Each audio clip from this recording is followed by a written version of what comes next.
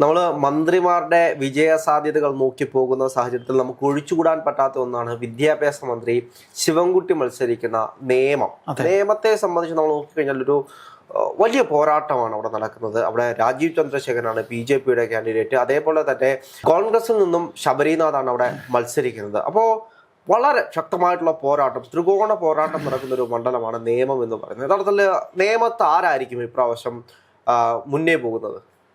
രാവിലെ ഒരു മൂന്ന് മുന്നണികളുടെയും പ്രസ്റ്റീജിന്റെ വിഷയമാണ്. മൂന്ന് മുന്നണികളുടെയും ജയിക്കേണ്ടത് മൂന്ന് മുന്നണികളുടെ ആവശ്യമാണ്. അതിൽ എടുത്തു പറയാൻ അങ്ങനെ മൂന്ന് പേർക്ക് എടുത്തു പറയേണ്ടത് തന്നെയാണ്. കാരണം ഈ നേമം എന്ന് പറയുന്ന മണ്ഡലം എന്ന് പറയുന്ന ഒരു സമയത്ത് കോൺഗ്രസിന്റെ മണ്ഡലമായിരുന്നു. അതായത് വളരെ അതായത് ഇത് നേമം മണ്ഡലമായ ശേഷം വളരെ കുറച്ച് നാളുകൾ മാത്രമേ ഇടതുപക്ഷത്തോടൊപ്പം നേമം പോയിട്ടുള്ളൂ. പിന്നീട് ഇത് വരുമ്പോഴത്തേക്ക് നമ്മൾ കാണുന്നത് കുറച്ച് നാള് പിന്നെ CPM അല്ലെങ്കിൽ LDF കൊണ്ടുപോയിട്ടുണ്ട്. ഇപ്പോഴത്തെ നിയമത്തെ ഒരു കാലാവസ്ഥ എന്ന് പറയുന്നത് ശരിക്കും BJPക്ക് വളരെ ഒരു പ്രോമിനൻസ് ഉള്ള ഒരു പ്രാധാന്യമുള്ള, എനിക്ക് തോന്നുന്നു നമ്മൾ ആ മണ്ഡലത്തിലേക്ക് പോവുകയാണെങ്കിൽ നിയമത്തെ പറ്റി നമ്മൾ നോക്കുമ്പോൾ തിരുമല, തൃക്കണ്ണാപുരം, പുന്നക്കാമുകൾ, പൂജപ്പുര, മുടവൻമുകൾ എസ്റ്റേറ്റ്, നേമം, പൊന്നുമംഗലം, മേലാങ്കോട്, പാപ്പനാംകോട്, കരമന, നെടുങ്കാട്, കാലടി, കരുമം, പുഞ്ചക്കരി, കമലേശ്വരം, അമ്പലത്തറ, തിരുവല്ലം, വെള്ളൂർ, പൂങ്കുളം, ആറ്റുകാൽ, കളിപ്പാങ്കുളം, ഇത്രയും വാർഡുകൾ ചേരുന്നതാണ് നേമം എന്ന് പറയുന്നത്. ഏകദേശം 22 വാർഡുകളാണ് അവിടെ ഉള്ളത്.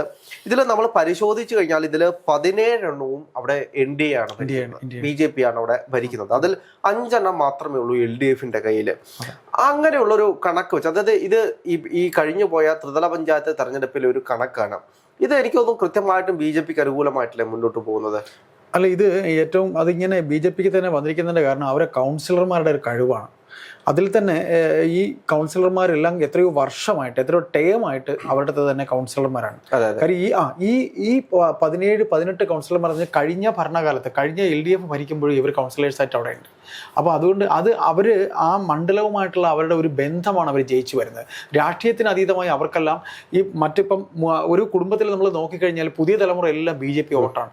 പഴയ തലമുറ പോലും പഴയ കോൺഗ്രസ്സുകാരാണ്. ഏറ്റവും കൂടുതൽ കോൺഗ്രസ്സുകാരുള്ളൊരു മണ്ഡലമാണ് പഴയ കർണാടകൻ കോൺഗ്രസ്. അല്ല, എനിക്ക് തോന്നുന്നു അത് കഴിഞ്ഞു പോയ കാലഘട്ടത്തിലാണ് തോന്നുന്നു പഴയ കോൺഗ്രസ്സുകാരുണ്ട് എന്നുള്ളത്.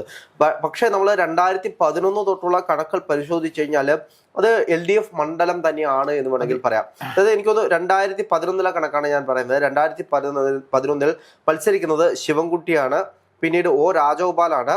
അവിടെ ജനതാദളിന്റെ സീറ്റായിരുന്നു. അത് കോൺഗ്രസിൽ നിന്ന് പിന്നീട് ജനതാദൾ ചാരുപാറ രവിയാണ് മത്സരം. UDF ആണ്. UDFൽ ചാരുപാറ രവിയാണ്. അത് അവസാന നിമിഷമാണ് ചാരുപാറ രവിയെ കൊണ്ടിടുന്നത്. അല്ല, എനിക്ക് തോന്നുന്നത് സഖ്യകക്ഷികൾക്ക് കൊടുത്തിട്ടുള്ള മണ്ഡലം. സഖ്യകക്ഷികൾക്ക് കൊടുത്തത് അല്ല, അത് ഈ പറയുന്ന പോലെ കോൺഗ്രസിന്റേതായിരുന്നു. പക്ഷെ ഒരു വേള ഇത് ചാരുപാറ രവിക്ക് അവിടെ നായർ വോട്ട് ഉണ്ട് എന്ന് കരുതി കൊടുത്തതാണ്. പക്ഷെ അതൊരു പരാജയമായി. അല്ല, പിന്നീട് വീണ്ടും അടുത്ത 2014 സഖ്യകക്ഷികൾക്കാണ് കൊടുക്കുന്നത്. ശിവൻകുട്ടി അന്ന് മത്സരിക്കുമ്പോൾ 50,076 വോട്ടാണ് ശിവൻകുട്ടിക്ക് ലഭിക്കുന്നത്. O രാജഗോപാലിന്റെ 43,661 വോട്ടും ചാരുപാറ രവി പിടിക്കുന്നത് 20,248 വോട്ടും. എത്ര വോട്ടാണ് ചാരുപാറ രവിക്കുള്ളത്? അതെ, 17.4% വോട്ട് മാത്രം. ഇവിടെ ആകെ 2 ലക്ഷം വോട്ടാണുള്ളത്. 2 ലക്ഷത്തിനടുത്ത് വോട്ടാണ് ഈ മണ്ഡലത്തിലുള്ളത്. അതെ, അവിടെ ശിവൻകുട്ടി പിടിക്കുന്നത് 43% വോട്ടാണ് ശിവൻകുട്ടി പിടിക്കുന്നത്. പക്ഷേ 2016 വരുമ്പോഴാണ് അവിടെ O രാജഗോപാൽ വിജയിക്കുന്ന ഒരു സാഹചര്യം ഉണ്ടാകുന്നത്. നമ്മൾ കണ്ടതാണ്. യഥാർത്ഥത്തിൽ ഒരു മോദിയുടെ പ്രഭാവം വരുന്നതിന് മുമ്പ് തന്നെ ഒരു BJP കാൻഡിഡേറ്റ് അല്ലെങ്കിൽ നിയമസഭയിലേക്ക് ഒരു BJPയുടെ ഒരു MLA പോവുകയാണെങ്കിൽ അത് O രാജഗോപാലാണ്. അതിൽ രാഹുലെ വേറൊരു കാര്യം എന്നറിയോ? രാജഗോപാൽ എന്ന് പറയുന്ന രാജേട്ടൻ, തിരുവനന്തപുരത്തുകാരുടെ രാജേട്ടൻ, അദ്ദേഹം എത്രയെങ്കിലും തെരഞ്ഞെടുപ്പുകളിൽ മത്സരിച്ചിട്ട് അദ്ദേഹം ജയിക്കാതെ പോയതിന്റെ ഒരു സഹതാപം കൂടെ അതിലുണ്ടായിരുന്നു. അതുകൊണ്ടാണ് അദ്ദേഹം ജയിച്ചതെന്നാണ് നമുക്ക് ഒരു തിരുവനന്തപുരം നിവാസി എന്ന രീതിയിൽ. സ്വാഭാവികമായിട്ടും നമ്മൾ അതിന്റെ വോട്ട് ശതമാനം നോക്കുകയാണെങ്കിൽ O രാജഗോപാൽ വാങ്ങിക്കുന്ന 67.813 വോട്ടാണ്. 2 ലക്ഷം വോട്ടിൽ 67,000 വോട്ടാണ്. അവിടെ ശിവൻകുട്ടി പിടിക്കുന്നത് 59,142 വോട്ടാണ്. അവിടെ V സുരേന്ദ്രൻപിള്ളയാണ്, അദ്ദേഹം പിടിക്കുന്നത് 13,860 വോട്ടാണ്. അതെ, എനിക്കൊന്ന് 9.8% വോട്ട് മാത്രമാണ്. 17.4% നിന്നും 9.8% പോകുന്നു. അവിടെ O രാജഗോപാൽ വിജയിക്കുന്നത് 8,671 വോട്ടിന്റെ ഭൂരിപക്ഷത്തിനാണ് വിജയിക്കുന്നത്. CPM പറഞ്ഞു നടന്നു ഈ സുരേന്ദ്രൻപിള്ളയെ പോലെ ഒരു സ്ഥാനാർത്ഥിയെ നിർത്തി BJPയെ ജയിപ്പിച്ചാണെന്ന് പറഞ്ഞു. അതെ, സ്വാഭാവികമായിട്ടും നമ്മൾ പരിശോധിക്കുകയാണെങ്കിൽ തന്നെ BJPക്ക് അവിടെ വലിയൊരു പേഴ്സൻറ്റേജ് ഉണ്ടാകുന്നത്. അതായത് 2011 37% BJPയുടെ വോട്ട് ഷെയർ അവിടെ 47% വർദ്ധിക്കുന്നത്. ഏകദേശം 10% വർധനവ് അത് 2016 വോട്ട് എന്ന് പറഞ്ഞാൽ CPM വോട്ടും കോൺഗ്രസ് വോട്ടും കൂടെ ചേർന്നാണ്, നിഷ്പക്ഷ വോട്ടൊക്കെ ചേർന്നാണ്. അതെ, എന്താണെങ്കിലും ഒ രാജഗോപാലിനെ സംബന്ധിച്ച് നമുക്കറിയാം, അദ്ദേഹം ഒരുപാട് കാലമായിട്ട് അവിടെ മത്സരിച്ച് വിജയിക്കുന്ന ഒരു സാഹചര്യമുണ്ട്. ഒരു സഹതാപ തരംഗത്തിന്റെ പുറത്താണ് വിജയിച്ചതെങ്കിലും 2021 വരുമ്പോൾ 2021 കണക്ക് പരിശോധിച്ചു കഴിഞ്ഞാൽ ശിവൻകുട്ടി അവിടെ കഷ്ടിച്ചാണ് വിജയിക്കുന്നത്. ശിവൻകുട്ടി വാങ്ങിക്കുന്ന വോട്ട് എന്ന് പറയുന്നത് 55,837 വോട്ടാണ്. കുമ്മനം അവിടെ പിടിക്കുന്നത് 51,888 വോട്ടാണ്. പക്ഷെ കോൺഗ്രസ് അവിടെ അവരുടെ നില മെച്ചപ്പെടുത്തിയിട്ടുണ്ട്. കെ മുരളീധരനാണ് അവിടെ മത്സരിക്കാൻ വരുന്നത്. ഏകദേശം 36,526 വോട്ട് അദ്ദേഹം പിടിക്കുന്നുണ്ട്. പക്ഷെ അതൊരു മുരളീധരൻ എന്ന് പറയുന്ന ഒരു കാൻഡിഡേറ്റ് അവിടെ വരുന്നത് കൊണ്ടാണ് ശിവൻകുട്ടി ജയിക്കുന്നത്. അതെ, കെ മുരളീധരനെ വടകരയിൽ നിന്ന് കൊണ്ട് അവിടെ നിർത്തുകയാണ്. വടകരയിൽ നിന്ന് അദ്ദേഹം അവിടെ നിൽക്കുമ്പോഴത്തേക്കെന്ന് പറഞ്ഞാൽ അദ്ദേഹത്തിന്റെ അച്ഛൻ ജയിച്ച മണ്ഡലമാണ്. അപ്പൊ അവിടെ ഈ 36,000 വോട്ട് എന്ന് പറയുന്നത് കോൺഗ്രസിനെ സംബന്ധിച്ച്, മുരളീധരനെ സംബന്ധിച്ച് ഒരു തൃപ്തികരമായ വോട്ടല്ല. ഏറ്റവും കുറഞ്ഞ ഒരു 40,000 വോട്ടിൽ കൂടുതൽ പിടിക്കാനുള്ളെങ്കിലും പറ്റുമായിരുന്നു. അതെ, സ്വാഭാവികമായിട്ടും അങ്ങനെ തന്നെയാണ്. എനിക്ക് തോന്നുന്നു കെ മുരളീധരൻ 25% വോട്ട് പിടിച്ചതുകൊണ്ടാണ് ഇത്രയും വലിയൊരു മത്സരത്തിലേക്ക് പോയത്. ശക്തമായ ത്രികോണ മത്സരം. കുമ്മനം മോശക്കാരനല്ല, കുമ്മനത്തിന്റെ വോട്ട് കിട്ടിയുണ്ട്. 51,000 വോട്ടാണ് കുമ്മനം. അതെ, 3,949 വോട്ടിന് മാത്രമാണ് അവിടെ തുച്ഛമായ വോട്ടിനാണ് ജയിച്ചിരിക്കുന്നത്. ഈ 2026 വരികയാണെങ്കിൽ ഈ വട്ടവും അവിടെ ഒരു ശക്തമായിട്ടുള്ള ഒരു പോരാട്ടം തന്നെയല്ലേ നടക്കുന്നത്. വളരെ ശക്തമായ പോരാട്ടം നടക്കുന്നുണ്ട്. ശിവൻകുട്ടി എന്തുകൊണ്ട് ജയിച്ചെന്ന് വെച്ചാൽ ഒറ്റ മറുപടിയേ ഉള്ളൂ. കൃത്യമായി കെ മുരളീധരൻ പിടിച്ച വോട്ടാണ്. BJPക്ക് കിട്ടാനുള്ള വോട്ട് കൃത്യമായി കിട്ടിയിട്ടുണ്ട്. രാഹുൽ, ഇതിൽ നിന്ന് മനസ്സിലാക്കാനുള്ളത് നമ്മൾ ഈ പറഞ്ഞത് തന്നെയാണ്. BJPയുടെ 2021 ഒരു വോട്ടിംഗ് ഷെയർ പാറ്റേൺ വെച്ചിട്ട് 38% അവിടെ LDF-നുള്ളത്. BJPക്കുള്ളത് 35%, കോൺഗ്രസിന് 25% കിട്ടിയിരിക്കുന്നത്. അതും കുമ്മനമാണ്. കുമ്മനത്തിന് 35%. അപ്പോൾ സ്വാഭാവികമായിട്ടും ഈ തെരഞ്ഞെടുപ്പിൽ അവിടുത്തെ വോട്ട് ഷെയർ എന്താണെങ്കിലും കൂടാനേ സാധ്യതയുള്ളൂ. എന്താണെങ്കിലും അവിടെ ശബരിനാഥൻ പിടിക്കുന്ന വോട്ടിനനുസരിച്ച്, അതായത് കഴിഞ്ഞ തവണ കെ മുരളീധരൻ 36,000 വോട്ടാണ് പിടിക്കുന്നെങ്കിൽ ശബരിനാഥൻ അതിൽ കൂടുതൽ വോട്ട് പിടിക്കേണ്ട ഒരു സാഹചര്യമുണ്ട്. വിജയിച്ച് കടന്നു വരണമെങ്കിൽ ശക്തമായിട്ടുള്ളൊരു പോരാട്ടം ശബരിനാഥൻ കാഴ്ചവെച്ചെങ്കിൽ മാത്രമേ ഒരു വിജയം ശബരിനാഥന് ഉണ്ടാവൂ. പക്ഷേ LDF-നെ സംബന്ധിച്ചാണെങ്കിലും BJPയെ സംബന്ധിച്ചാണെങ്കിലും ശക്തമായിട്ടൊരു പോരാട്ടമാണ്. ഇപ്പോൾ ശബരിനാഥൻ പിടിക്കുന്നതിനനുസരിച്ച് തീരുമാനിക്കും ആരാണ് അധികാരത്തിലേക്ക് വരുന്നത്. ശബരിനാഥൻ പിടിക്കുന്ന കോൺഗ്രസിന്റെ വോട്ടാണ് വിജയെ നിശ്ചയിക്കുന്നത്. അതെ, കാര്യം ഈ രാജീവ് ചന്ദ്രശേഖർ ഇത്രയും ഗ്രൗണ്ട് വർക്ക് നടത്തിയിട്ടുണ്ട്, ഇത്രയും കൗൺസിലർമാരുണ്ടെങ്കിലും നിയമസഭ വരുമ്പോൾ ഈ ശിവൻകുട്ടി എന്ന് പറയുന്ന മന്ത്രിയെക്കാളും ശിവൻകുട്ടി അവിടെ വളരെ എല്ലാവരുമായി, ഓട്ടോ ഡ്രൈവേഴ്സ് മുതൽ തൊഴിലാളികൾ വരെയൊക്കെയുള്ള പിന്നെ ന്യൂനപക്ഷങ്ങൾ, ഇപ്പൊ രാഹുൽ വായിച്ചാൽ പാപ്പനംകോട് മണ്ഡലം വന്നിട്ടുണ്ട്. പാപ്പനംകോട്, കരുമം ഇങ്ങനെയുള്ള കുറച്ച് ഏരിയകളിൽ മുസ്ലിം വോട്ടുണ്ട്. ഈ മുസ്ലിം വോട്ടെല്ലാം ശിവൻകുട്ടിക്കേ പോകുള്ളൂ. ഏതാണ്ട് ഇപ്പോൾ എത്ര ഒരു ഈ മണ്ഡലത്തിൽ 2 ലക്ഷം വോട്ടിൽ ഒരു 30,000 അല്ലെങ്കിൽ 50,000 വോട്ട് മുസ്ലിം വോട്ടുണ്ട്. അത് ശിവൻകുട്ടിക്ക് കിട്ടത്തുള്ളൂ.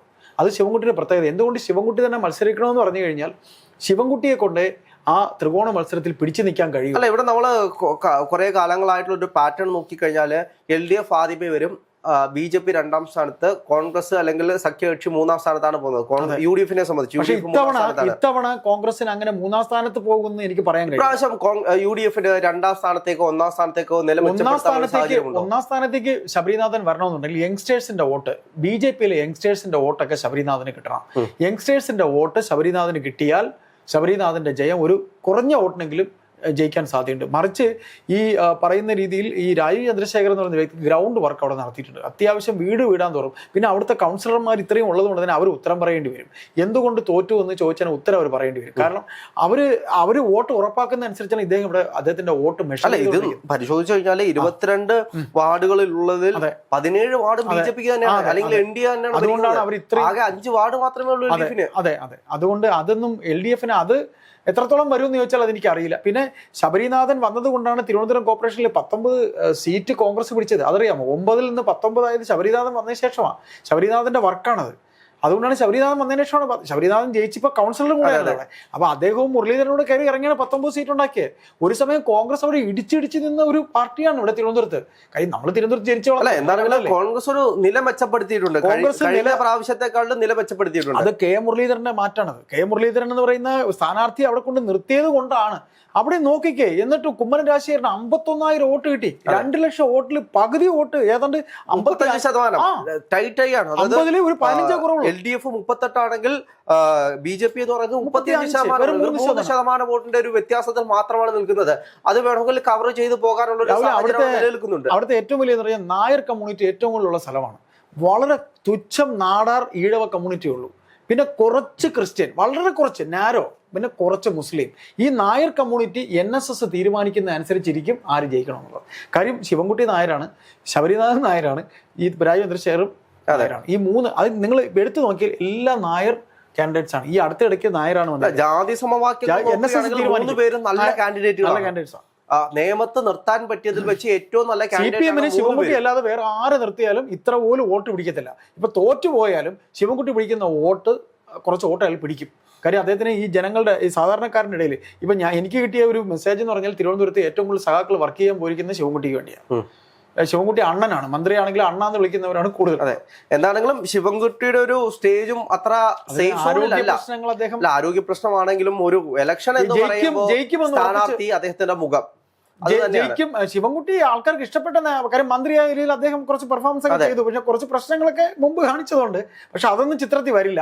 ഇപ്പൊ എനിക്ക് ഒരു തിരുവനന്തപുരം നിവാസി എന്ന രീതിയിൽ ഈ മണ്ഡലവുമായി അടുത്തേക്കുന്നതിൽ എനിക്ക് തോന്നുന്നത് ശബരിനാഥൻ പിടിക്കുന്ന വോട്ടാണ് വിജയിയെ തീരുമാനിക്കുന്നത്. അതേ എനിക്ക് പറയാൻ പറ്റും. അല്ല, നമ്മൾ നോക്കേണ്ടത് ഇപ്പോ ശബരിനാഥന് രണ്ടാമതേക്ക് കടന്നു വരാനുള്ള സാഹചര്യങ്ങൾ അവിടെ ഇപ്പോ സാഹചര്യത്തിൽ ആര് ജയിച്ചാലും രണ്ടാം സ്ഥാനത്തേക്ക് ശബരിനാഥൻ വരും. ആര് ജയിച്ചാലും രണ്ടാം സ്ഥാനത്തേക്ക് ശബരിനാഥൻ വരും, ഉറപ്പ്. കാര്യം യൂത്തിന് ശബരിനാഥന് വളരെ ഇഷ്ടമാണ്. അതെ, അതുകൊണ്ട് തന്നെ BJP യൂത്തും CPM-ലെ യൂത്തും അതായത് ആടി നിൽക്കുന്ന വോട്ടുകൾ അത് ശബരിനാഥന് പോയ രണ്ടാം സ്ഥാനം. പക്ഷെ അങ്ങനെ ഒരു സമവാക്യം വരുന്ന സാഹചര്യത്തിൽ ബാക്കിയുള്ള വോട്ടുകൾ കൂടെ ശബരിനാഥനെ സമാഹരിക്കാൻ പറ്റിക്കഴിഞ്ഞാൽ വിജയിക്കാനുള്ള എന്തെങ്കിലും ശബരിനാഥൻ ജയിക്കുകയാണെങ്കിൽ ഞാൻ പറഞ്ഞില്ലേ ശബരിനാഥൻ നിശ്ചയിക്കും എന്ന് പറയുമ്പോൾ ജയിക്കുകയാണെങ്കിൽ നാരോ മാർജിനിൽ ജയിക്കുള്ളൂ. വളരെ സ്വാഭാവികമായിട്ട് ആര് ജയിച്ചാൽ ഒരു നാരോ മാർജിൻ മാത്രമേ വിജയിക്കുള്ളൂ. പക്ഷേ കോൺഗ്രസിന്റെ നില ഒരു 36,000 എന്നുള്ളത് ഒരു 46,000-ലേക്ക് കൊണ്ടെത്തിക്കഴിഞ്ഞാൽ ഒരു 10,000 വോട്ടിന്റെ ഉയർച്ച ഉണ്ടാക്കി കഴിഞ്ഞാൽ വലിയൊരു മാറ്റം ഉണ്ടാകത്തില്ലേ? ഈ 46,000 ഒന്നും വരത്തില്ല, എന്നാൽ ഒരു 40-ന് മേൽ എന്തായാലും വരും. അല്ല, 40-ന് മേൽ പിടിച്ചു കഴിഞ്ഞാൽ തന്നെ വലിയൊരു മാറ്റമായിരിക്കും അവിടെ ഉണ്ടാകാൻ പോകുന്നത്. മറിച്ച് ഈ പറയുന്ന BJP സ്ഥാനാർത്ഥി എന്ന് പറയുന്നത് അവരുടെ പ്രസിഡന്റാണ്. അദ്ദേഹം പിടിക്കുന്ന വോട്ടെന്ന് പറയുന്നത് ഇപ്പം 2 ലക്ഷത്തിൽ 1 ലക്ഷം വോട്ട് അദ്ദേഹം പിടിച്ചാൽ എന്തി ചിലപ്പോൾ പറയാൻ ഒക്കത്തില്ല. 1 ലക്ഷം വോട്ട് അദ്ദേഹം പിടിച്ചെന്ന് പറഞ്ഞു, ബാക്കി ഈ കാണുന്നത് 2 ഇവർക്ക് കിട്ടത്തുള്ളൂ. അതുമല്ല ഒരുപ്പെട്ട ഈ പറയുന്ന രീതിയിൽ ന്യൂനപക്ഷത്തിന്റെ വോട്ടെന്ന് പറയുന്നത് കിട്ടും എന്ന് പറയുമെങ്കിലും എന്നാലും ന്യൂനപക്ഷം ഗ്രൗണ്ട് പരിശോധിക്കുന്ന സാഹചര്യത്തിൽ ഇപ്പോ രാജീവ് ചന്ദ്രശേഖരന് തന്നെയാണ് ഒരു മുൻതൂക്കം. രാഹുലെ ഞാൻ ഒരു കാര്യം ഉറപ്പ് പറയാം, ശബരിനാഥന്റെ വോട്ടായിരിക്കും തീരുമാനിക്കുന്നത് വിജയിയെ. ചിലപ്പോൾ രണ്ടാം സ്ഥാനത്ത് ശബരിനാഥ് വരാൻ സാധ്യതയുണ്ട്. ജയിക്കുന്ന ആരെന്ന് ചോദിച്ചാൽ എനിക്കിപ്പോഴും പറയാൻ കഴിയില്ല. കാര്യം ഈ പറയുന്ന ശിവൻകുട്ടി ഒരു മിറാക്കിളിന്റെ ആളും കൂടെയാണ്. ശിവൻകുട്ടി ഒരു മിറാക്കിളിന്റെ ആളാണ്. ചിലപ്പോൾ ലക്കിന് വല്ലതും ശിവൻകുട്ടി കയറി ജയിച്ചാലും പറയാൻ പറ്റില്ല. 300 വോട്ടിനോ 400 വോട്ടിനോ എന്ന് പറഞ്ഞാലോ പറയാൻ നോക്കില്ല. അല്ല, എന്താണെങ്കിലും ഇത് നമ്മൾ പരിശോധിക്കുന്ന സാഹചര്യം നമുക്ക് മനസ്സിലാക്കാൻ കഴിയുന്നത് 22-ൽ 17 കൗൺസിലർമാരുള്ളത് BJPക്കാണ്. സ്വാഭാവികമായിട്ടും BJPയുടെ ഒരു നില അവിടെ മെച്ചപ്പെടുത്തിയാണ് BJP. രാഹുലെ 51 കൗൺസിലർമാർ, 50 കൗൺസിലർമാരിൽ ഭീമമായ കൗൺസിലർമാർ വന്നേക്കുന്ന നിയമത്തിൽ. അതെ, തീർച്ചയായിട്ടും നേരെ പകുതി. അങ്ങനെയുള്ള സാഹചര്യത്തിൽ രാജീവ് ചന്ദ്രശേഖരനാണ് ഇപ്പോൾ നിലവിൽ ബേസ് കൂടുതൽ അദ്ദേഹത്തിനാണ്. കാര്യം ഈ കൗൺസിലേഴ്സിന്റെ ഒരു ബാധ്യത കൂടെയാണ്, അവരുടെ കമ്മിറ്റ്മെന്റ് ആണ് അദ്ദേഹത്തെ ജയിപ്പിക്കുക. എന്താണെങ്കിലും തെരഞ്ഞെടുപ്പ് അടുക്കുന്നതിന് മുമ്പിട്ടായിട്ടൊരു ചിത്രം കൃത്യമായ ഒരു ചിത്രം നമുക്ക് അവസാന നാളുകളിൽ വ്യക്തമാവും.